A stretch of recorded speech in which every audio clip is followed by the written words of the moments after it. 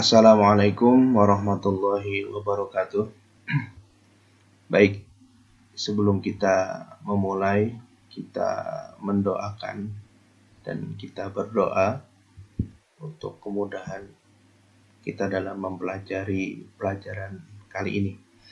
Ala hadhihi niyah hayya naqra'u mal furqan al-Fatihah. Bismillahirrahmanirrahim. Alhamdulillahi rabbil alamin arrahmanir rahim maliki yaumiddin. Iyyaka na'budu wa iyyaka nasta'in ihdinas siratal mustaqim siratal ladzina an'amta 'alaihim ghairil maghdubi 'alaihim waladdallin. Baik, di video sebelumnya kita sudah mempelajari tentang isim-isim yang marfu. Kali ini kita akan mempelajari tentang yang namanya tabi. Tetapi di dalam pelajaran tabi ini bukan berarti tabi itu adalah isim yang marfu, tetapi bisa mansub, bisa juga majrur. Begitu. Nah, maka kita akan mempelajari tentang tabi. Tabi adalah kata yang mengikuti hukum atau keadaan kata sebelumnya dari sisi i'rabnya. Entah itu dia rofa, nasab, jar, bahkan jazmnya. Adapun yang termasuk kategori tabi adalah yang pertama na'at atau sifat, yang kedua atof, yang ketiga taukid, dan yang keempat adalah badal. Kemudian kita akan memperlihatkan gambaran contoh tentang tabi. Yang pertama contoh na'at atau sifat, jalasa at-talibu al-mahiru, ra'aitu at-taliba al-mahira. Jadi kalau kita lihat kata-kata yang bergaris bawah ini mengikuti kata sebelumnya dalam harokatnya. Ketika al-mahiru ketika at-talibu maka al-mahiru, at-taliba al-mahira, minat talibi al-mahiri. Begitupun juga contoh atof, ja'a Muhammadun wa Hasanun. Hasanun mengikuti kata Muhammad. Kemudian ra'aitu Muhammadan wa Hasanan. Hasanan mansub mengikuti kata sebelumnya yaitu Muhammad yang mansub juga. Jadi Muhammadan begitu. Dan seterusnya. Kemudian kita akan membahas secara rinci tentang 4 hal ini. Kemudian perlu diketahui bahwa ada istilah yang digunakan untuk sesuatu yang mengikuti dan yang diikuti dalam pembahasan tabi. Di antaranya adalah contoh na'at. Nah, na'at adalah sifat, sedangkan yang diikuti adalah man'ut. Jadi na'at pasangannya adalah man'ut. Kemudian nanti atof. Atof mengikuti kata sebelumnya yang disebut dengan ma'tuf. Kemudian taukid mengikuti kata sebelumnya yang disebut dengan mu'akkad. Kemudian yang keempat badal. Badal mengikuti kata sebelumnya yang berkedudukan sebagai mubdal minhu. Saya ulangi, na'at man'ut, kemudian atof ma'tuf, kemudian taukid mu'akkad, dan badal mubdal minhu. Istilah-istilah ini harus paling tidak kita ketahui ya, sehingga ketika kita menjelaskan istilah-istilah tersebut kita tidak bingung gitu.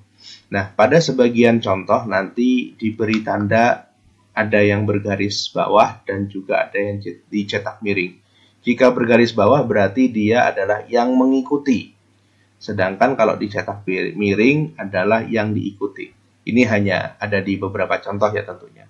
Nah, kemudian NB pada bab ini justru dijelaskan semua keadaan tabi dalam keadaan marfu, mansub, majrur, dan majzum. Walaupun memang tabi ini masuk ke dalam pembahasan isim yang marfu, tetapi sekalian kita membahas tentang keadaan 3 yang lainnya, yaitu mansub, majrur, dan majzum. Baik, pembahasan rinci tabi.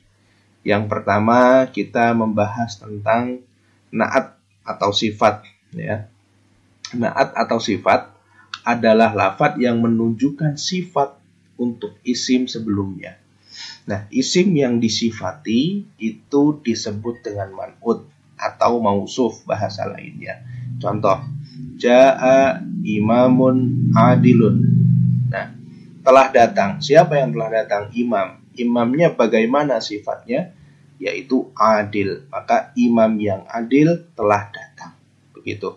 Nah, lafadz adilun domah atau marfu karena mengikuti kata sebelumnya yaitu imam. Jadi ja'a adalah fi'il, imamun adalah fa'il. Begitu. Nah, adilunnya adalah sebagai na'at atau sifat. Contoh yang kedua, sholat muslimatun sholihatun. Muslimah yang sholihah. Kenapa? Sholat. Begitu. Nah, kalau kita lihat di ininya tabelnya, sholihatun menjadi na'at atau man'ut, sedangkan muslimatun menjadi man'ut atau mausufnya. Kemudian pembahasan selanjutnya tentang ketentuan-ketentuan dari na'at.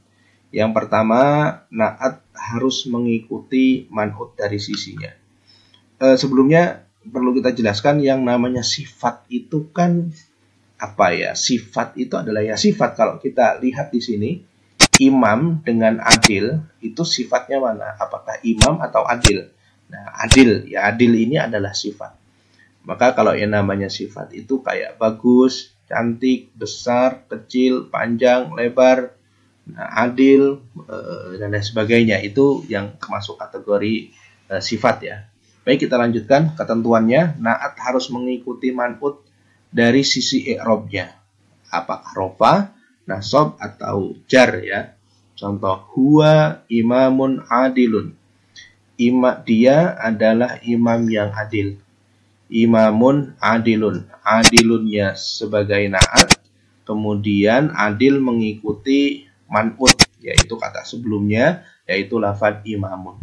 Dan kalau kita lihat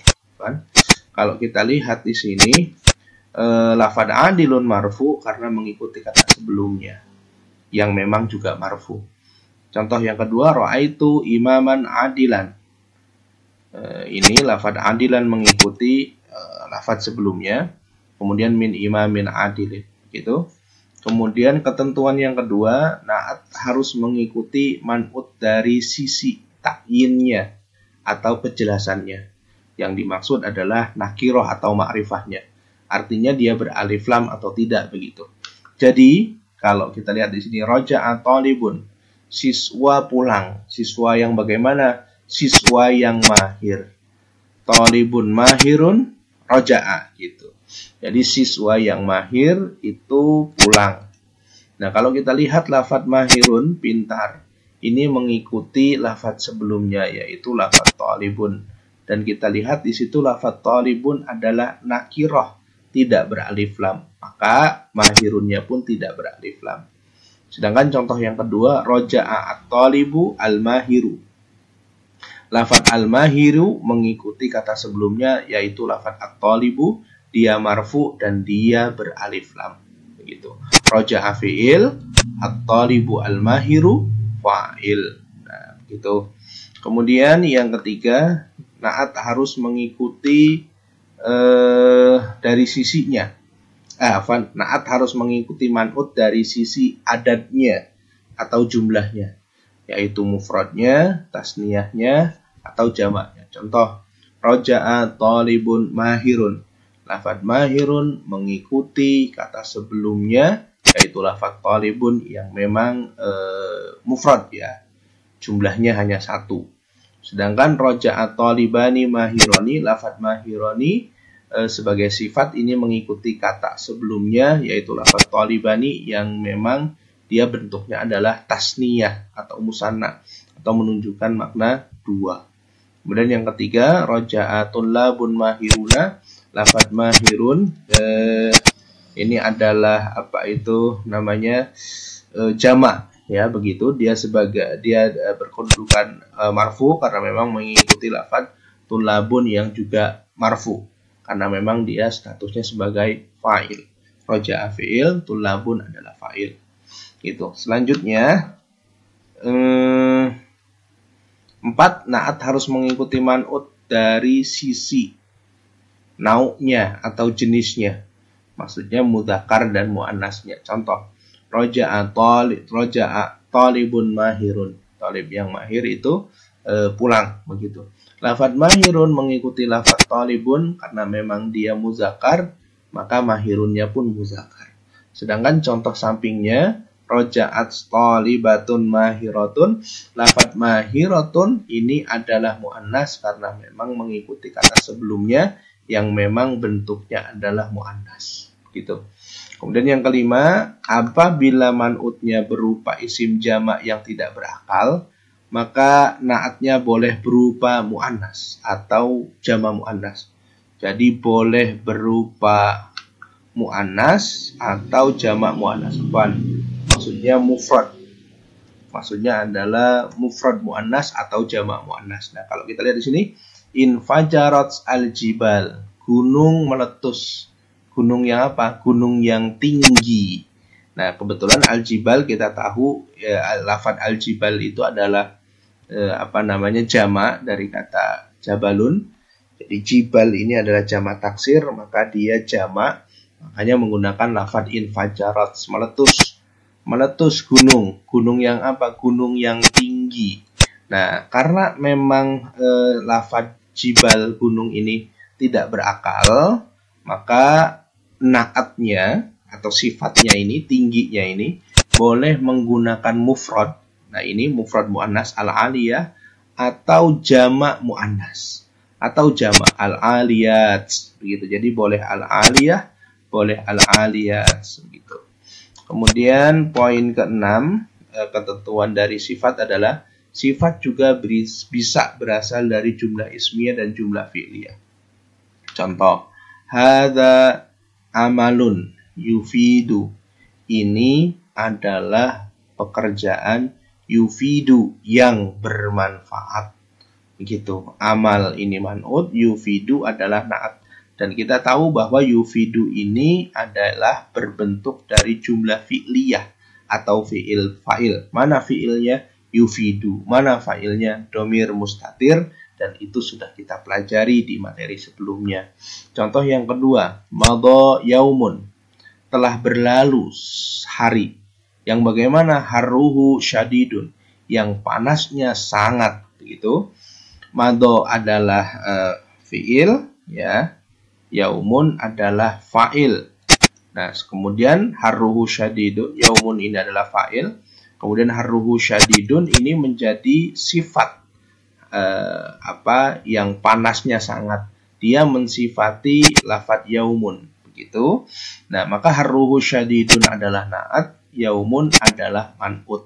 Nah, kalau kita lihat lafadz harruhu syadidun, ini naatnya terbentuk dari jumlah ismiyah atau susunan mubtada khobar. Harruhu syadidun, mubtada khobar. Mana mubtadanya? Harruhu. Mana khobarnya? Syadidun. Kemudian jumlah yang menjadi naat, syaratnya jumlah yang menjadi naat harus ada domir yang kembali kepada man'utnya. Nah, ini kalau kita lihat yufidu, ini ada domir yang kembali kepada lafadz amal mudzakkar.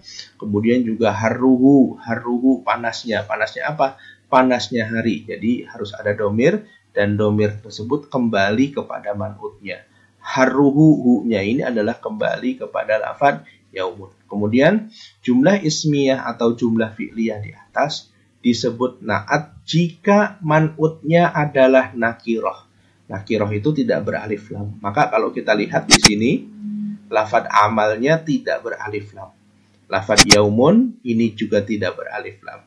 Kalau seandainya ini beralif lam, ma'rifah, ya, bentuknya ma'rifah, maka tidak disebut sebagai sifat. Nanti akan kita pelajari di bab hal, ya, gitu.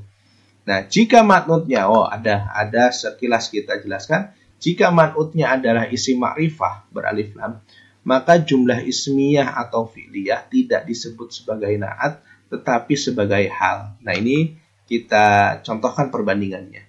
Kalau seandainya dia tidak beralif lam, hadza, kita ambil yang kanan, hadza amalun yufidu. Ini adalah pekerjaan yang bermanfaat karena memang sifat. Tapi kalau seandainya yang dianggap man'ut tadi beralif lam, maka yufidu-nya ini disebut dengan hal. Begitu. Kalau kita artikan pekerjaan ini dalam keadaan yang bermanfaat, dalam keadaan bermanfaat hal ya begitu.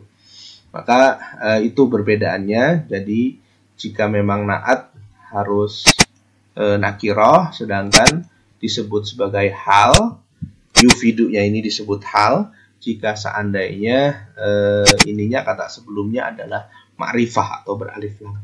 Yang ketujuh, ketentuan selanjutnya adalah sifat juga bisa berasal dari syibhul jumlah. Contoh, al-ilmu nurun fauqa nur. Ini al-ilmu adalah mubtada, nurun adalah khobar, ilmu adalah cahaya. Cahaya yang bagaimana? Cahaya fauqa nurin, cahaya yang di atas cahaya. Maka yang di atas cahaya ini adalah sifat. Dan dia sebagai syibhul jumlah. Zorof ya. Kemudian contoh yang kedua, as-salatu fil masjidi khairun minas salati fil baiti. As-salah, salat yang bagaimana? Salat fil masjidi, salat dalam keadaan di masjid itu lebih baik daripada salat dalam keadaan di rumah. Maka yang bergaris bawah ini adalah syibhul jumlah yang kedudukannya sebagai naat. Selanjutnya, poin selanjutnya, lanjutnya, isim-isim yang dijadikan sifat.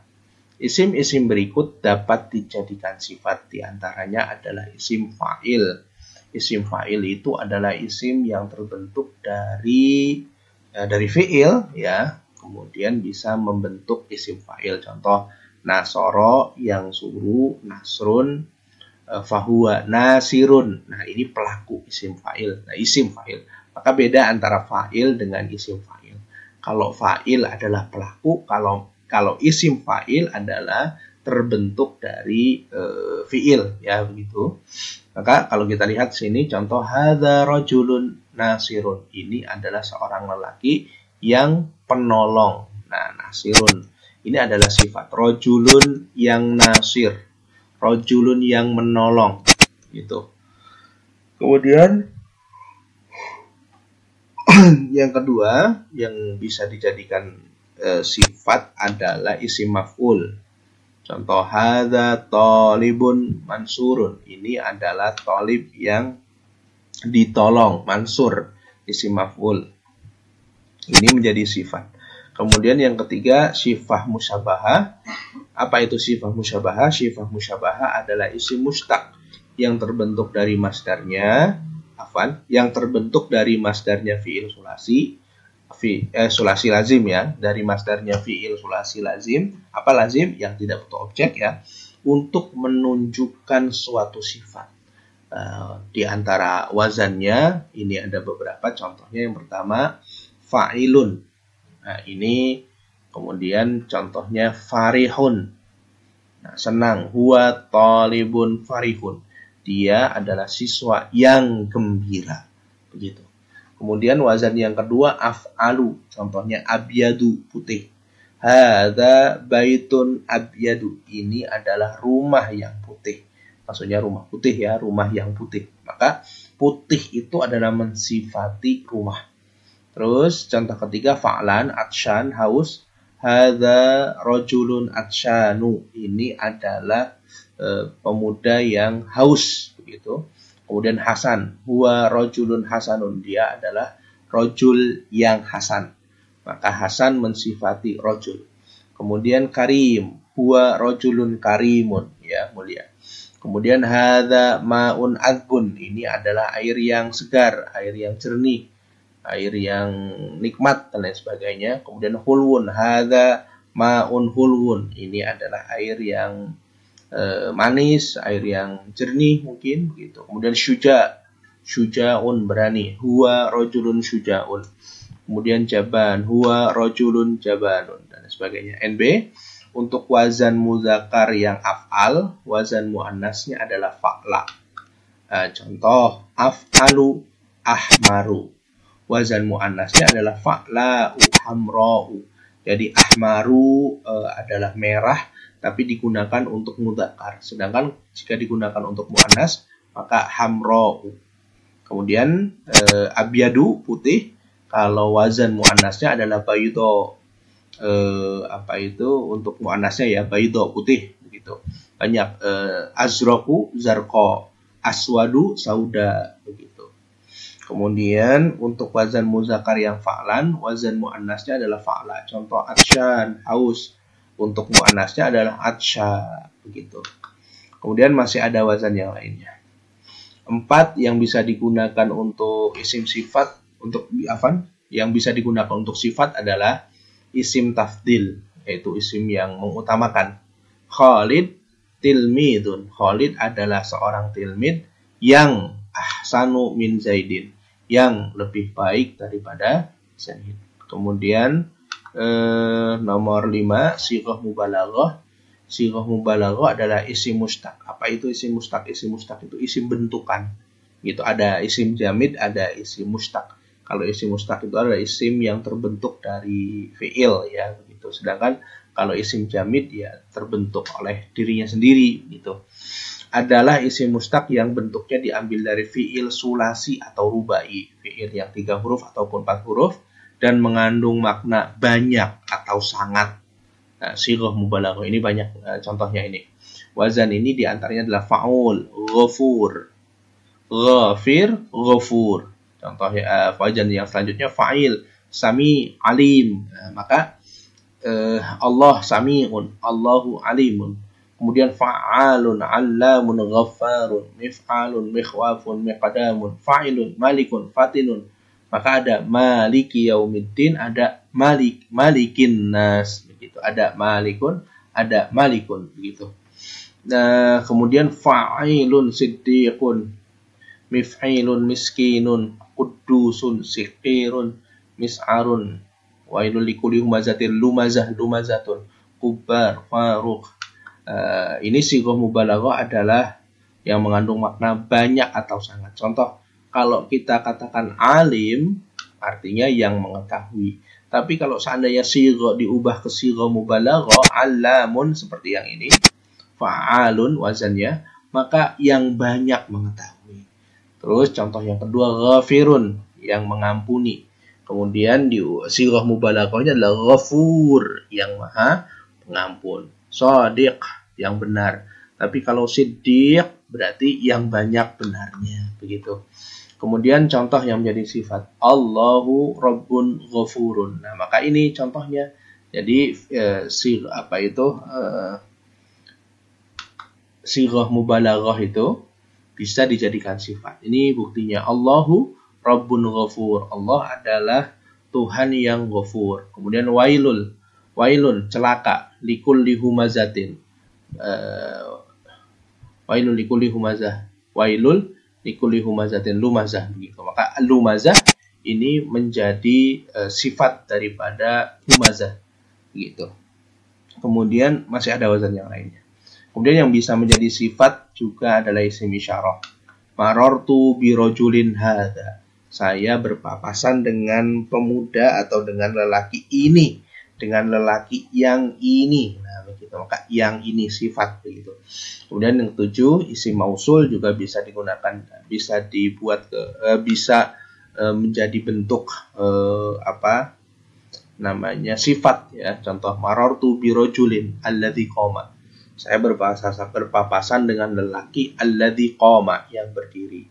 Kemudian yang ke-8 yang bisa menjadi sifat adalah fadzu, yang berarti pemilik, laki-laki, dan dzatu beruntuk perempuan. Contoh, ila rajulin dzi malin, kepada pemuda dzi malin, yang memiliki harta. Yang kemudian yang ke-9 adalah isim nisbah.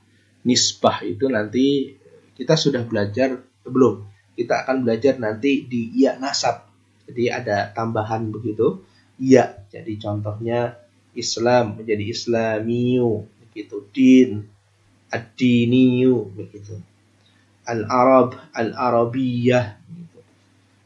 Lughatun, lugawiyun, begitu. Nah, ada rumus-rumusnya yang nanti akan kita pelajari di bab lainnya. Contoh isim nisbah itu takallamtu bil lughah al-Arabiyah. Maka ini karena ada isim nisbah, maka al-Arabiyah menjadi sifat untuk lafaz lughah.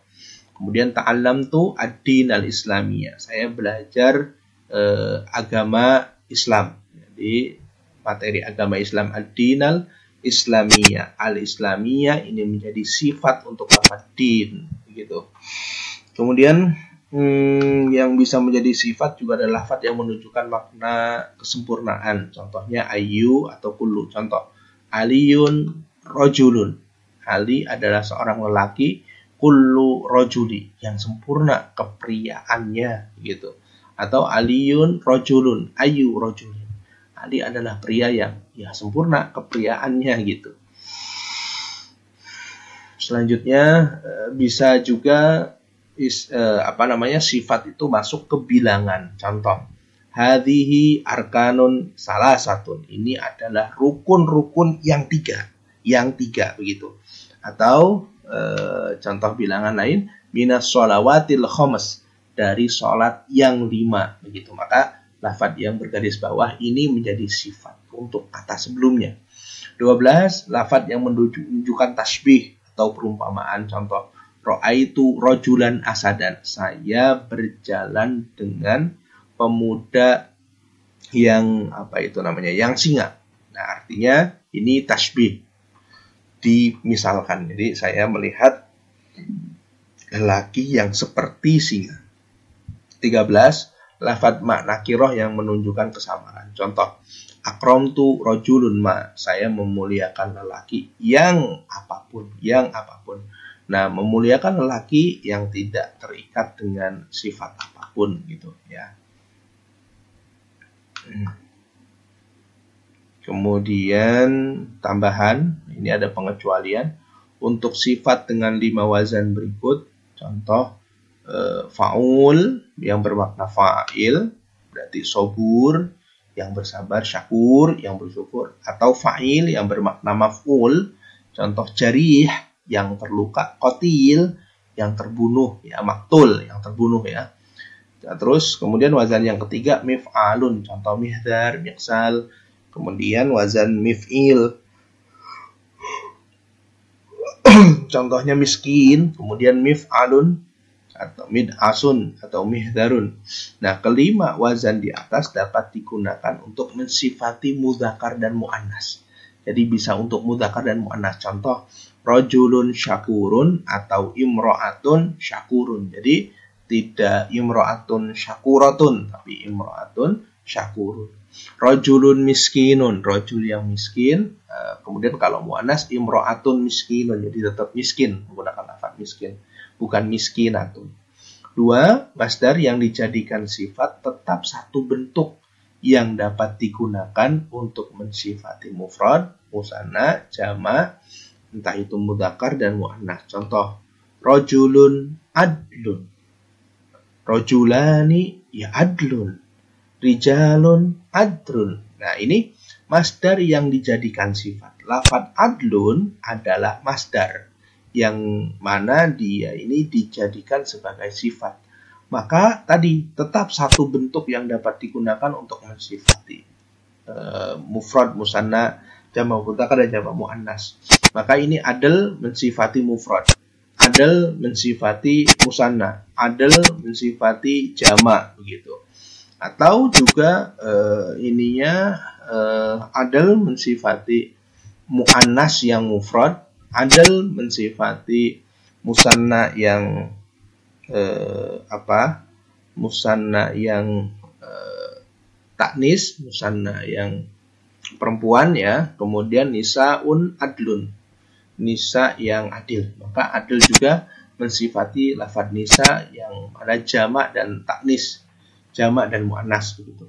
Yang ketiga, jika ingin mensifati isim yang bermakna jamak, maka sifatnya bisa berbentuk mufrad ataupun jamak. Nah, ini lafaz sholihun, qaumun. Nah, ini qaumun ini bermakna jamak, kaum. Walaupun dia kaum ini adalah secara tulisan adalah mufrad, satu orang, qaumun, tetapi ya secara makna dia banyak orang karena kaum. Nah, maka jika begitu, maka sifatnya bisa berbentuk mufrad.